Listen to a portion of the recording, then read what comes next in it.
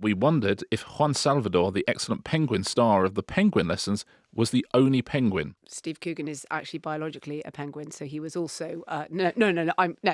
The film didn't use CGI, but it had 2 real-life penguins named Richard and Baba. No way. Yes. Now, Richard, the calmer... Sorry, I'm not speaking to you. I'm mentioning the name of the penguin. Yeah. Richard, the calmer, more mellow penguin... Yeah, that sounds about right.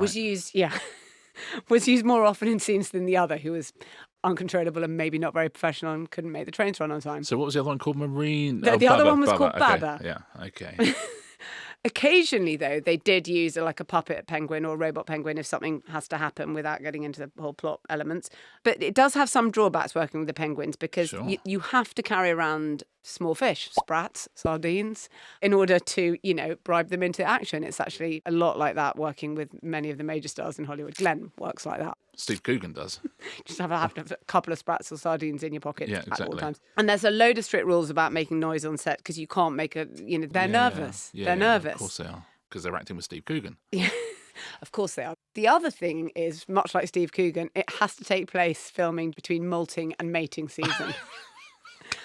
So, I mean, that's a narrow window for Steve Coogan, isn't it? It's a very, very tight schedule. Yeah. Okay, so you have to make your days. Yeah, that's like one Wednesday in May. Anyway, so molting season, they look very tall and impressive, but they're very difficult. Again, I'm talking about the penguins. And in mating season, they're very, very feisty and unpredictable. Yeah. Again, still on the birds.